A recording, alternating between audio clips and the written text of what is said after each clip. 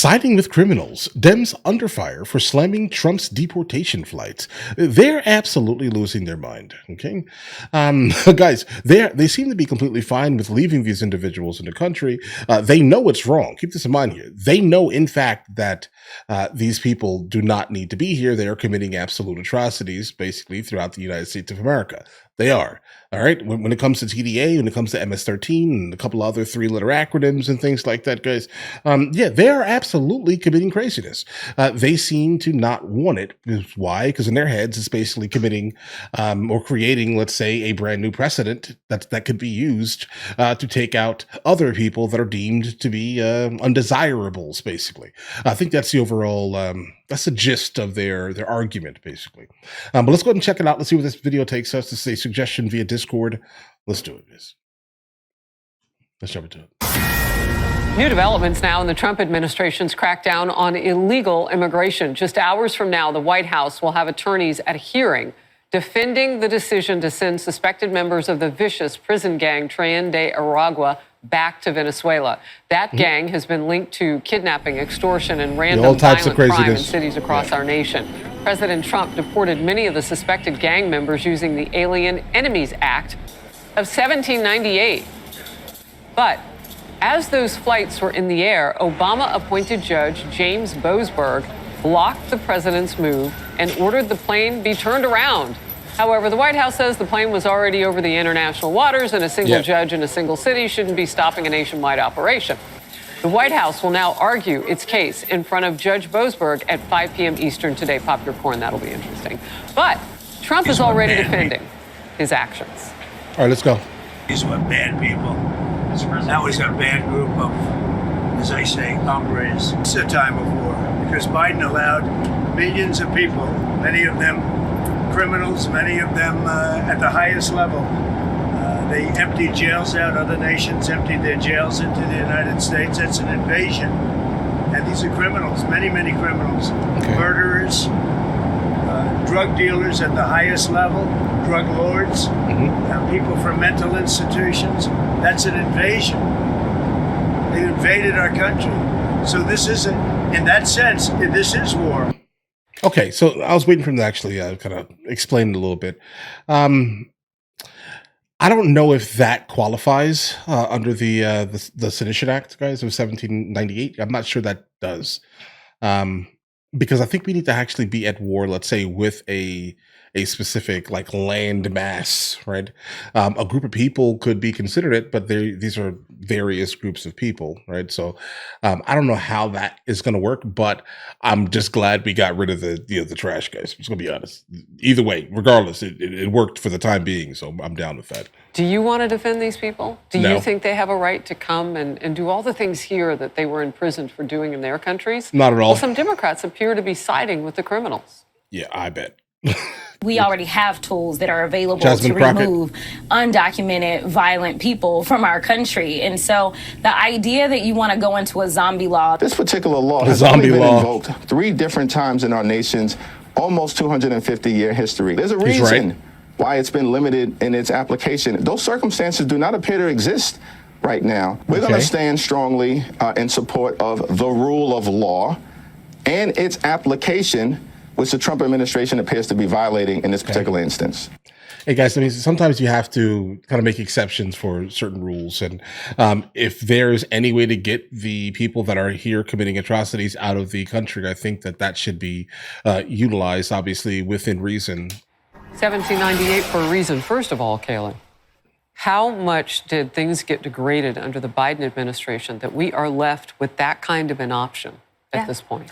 Okay, and you made a great point. We were just talking about how it's kind of an unprecedented point in history, right? 8 million let in.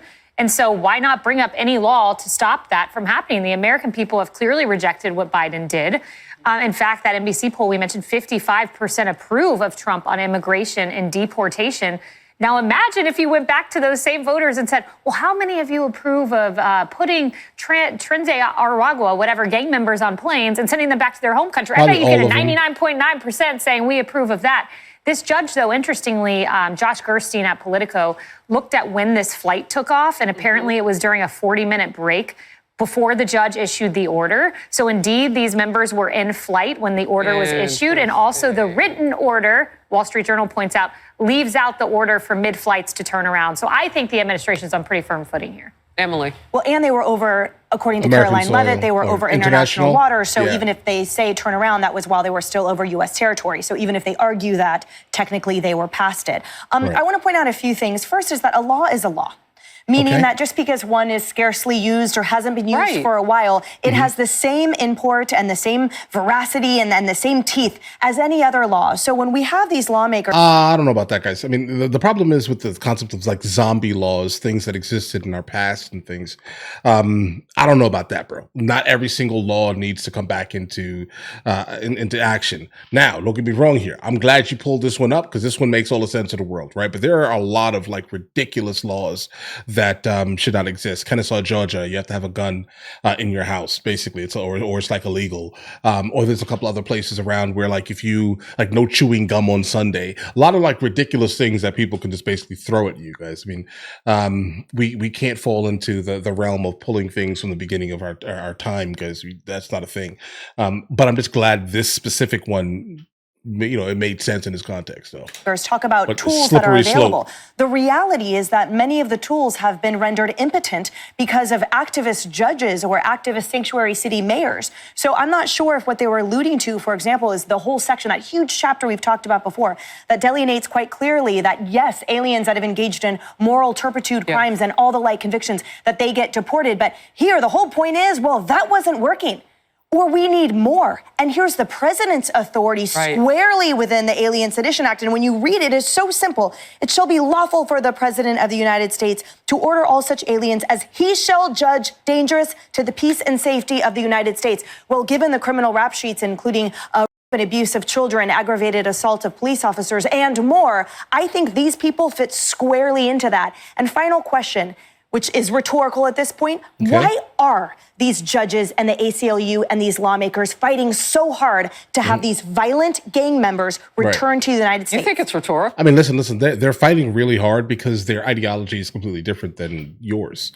I mean, again, Trump did not get 100% of the votes. There's still a good amount of people in the country who just do not and will not ever literally adhere to anything that this person that's speaking here believes or Trump. That's just the reality of the situation here, guys. I mean, think about the other people who did not vote. They're not down with any of this, basically. Cool.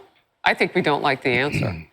Yeah, because it sounds bad and it's very dangerous for those of us who want to live freely in this country. So, I mean, I think it's quite frightening. They love their politics and they love their power. David. That's fair. That's pretty much. A couple of things here that is starting to come to light more with all the legal points added into this. Tren de Aragua effectively cooperates with Cartel de los Soles, which is Cartel of the Sun.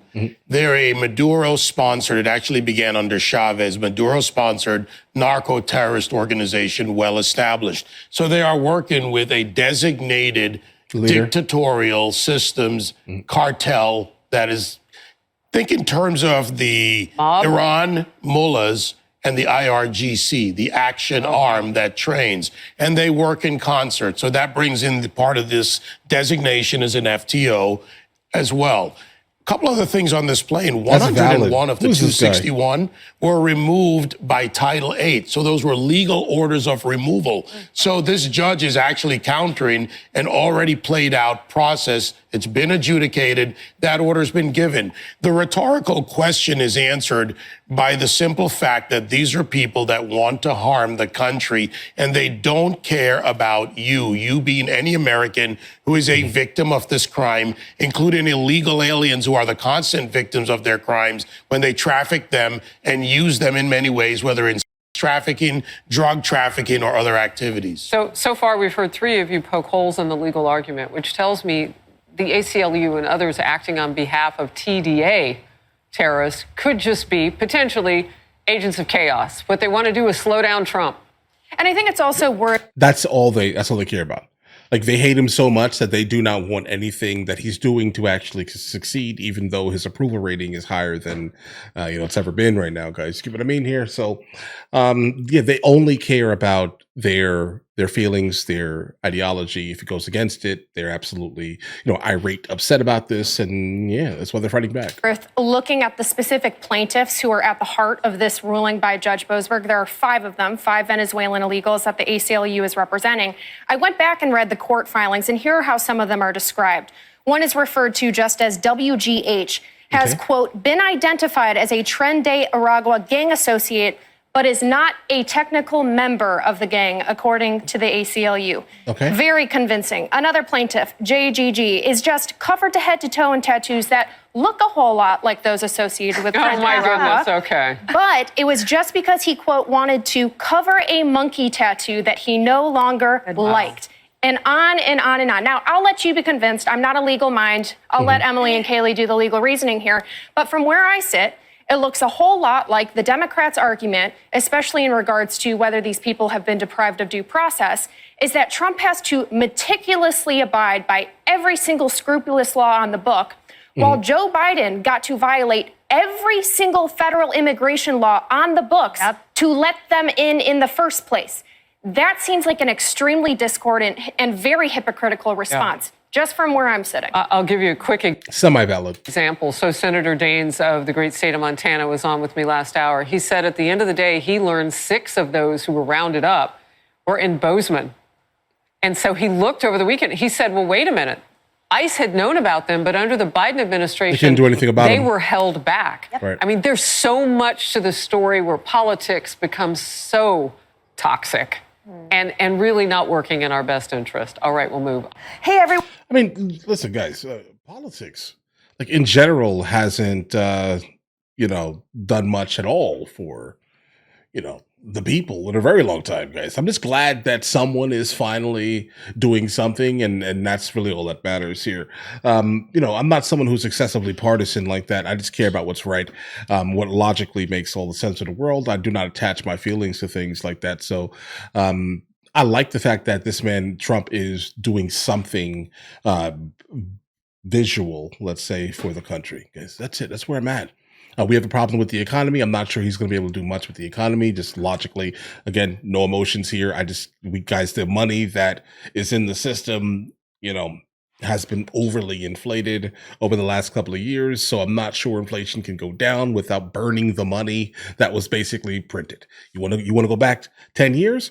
Well, burn every single dollar that was created within the last 10 years. And then now the value of your dollar is now what it was back then. If you don't do that, the economy is not going to, I just can't see it unless something magic happens, guys.